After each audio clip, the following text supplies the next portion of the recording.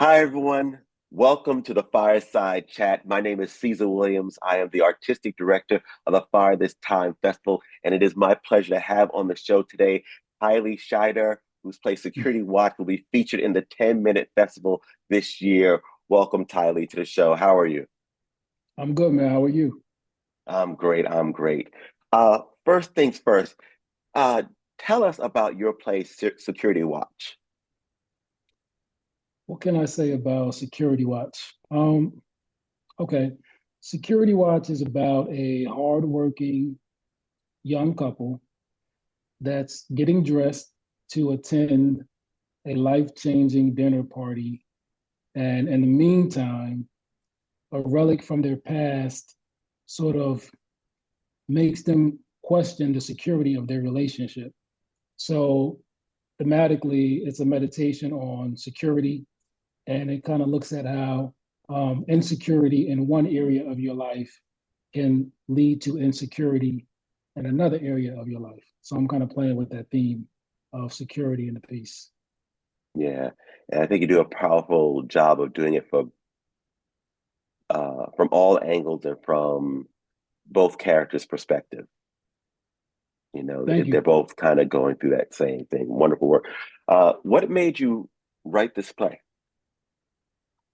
I don't know. One of my frequent collaborators, he always asks me, "Why are you always examining relationships, romantic relationships, in your work?"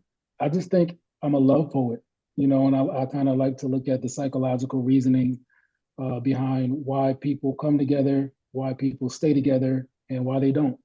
I don't know that I have a message that I want the audiences to walk away with after seeing the play. Um, I do want them to, I do hope that I've written multi-dimensional characters that are round enough for everybody in the audience to empathize with both points of views in the piece. And I guess in doing so, find more empathy in themselves for perhaps their personal relationships, whether it be romantic or platonic or professional, because the play is looking at the demands, how the demands of a professional life kind of creates havoc in a personal life as well. Uh, what do you want people to know about you, Tylee, as a writer? That I have identified as a writer for as long as I have identified as my parents' oldest son, for as long as I have identified as a Black American. I've always identified as a writer. I was really, really young, walking around with notebooks and pens and pencils and saying to my parents, I'm an author, I'm a poet. It kept changing every time I looked up to a different writer or was introduced to a new writer. So I think that's the part of me that is really significant when it comes to the craft. Yeah, What is your earliest theater memory? it's a good question. I think I don't know if she remembers this because my mom and my dad, they're workaholics and they're also creatives.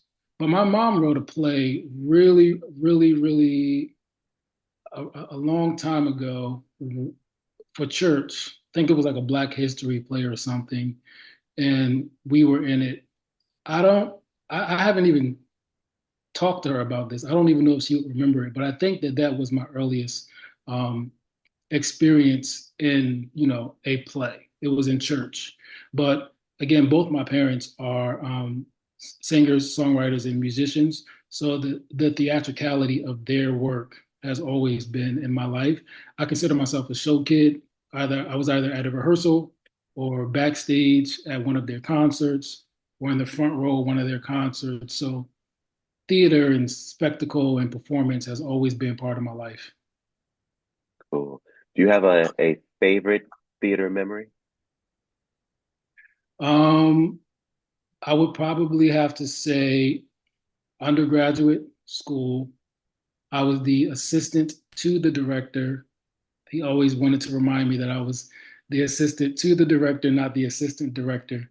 Um, we were doing the musical Dreamgirls, and it was my first academic experience working on a piece And I remember because I came from again, a tight knit creative family that it was really the family that we created working on that piece that really attracted me to theater because that was my freshman year and I was just trying things out and joining different clubs, but I really got sucked into the theater department because I was like, oh, this feels like home. We're just sitting around making something together in the same way I would with my sisters and brothers, at our parents' kitchen table. So yeah, Hey, Tyler, do you have any other productions or anything else coming down the pipeline?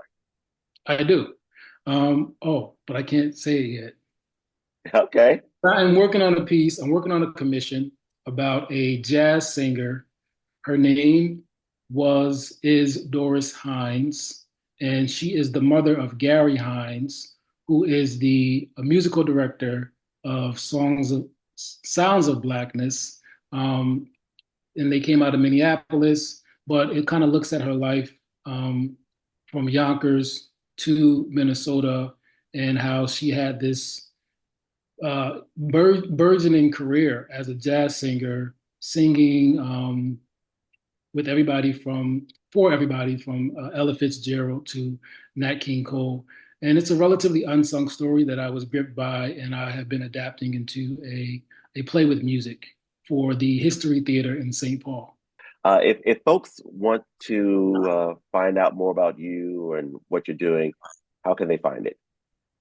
Well, my handle on Instagram is the playwright, and my website is TyLieShider.com, and I try to do my best to keep it updated.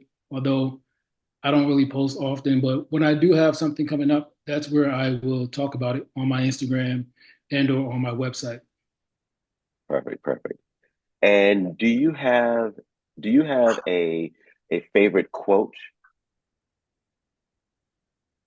Do I have a do I have a favorite quote? Um,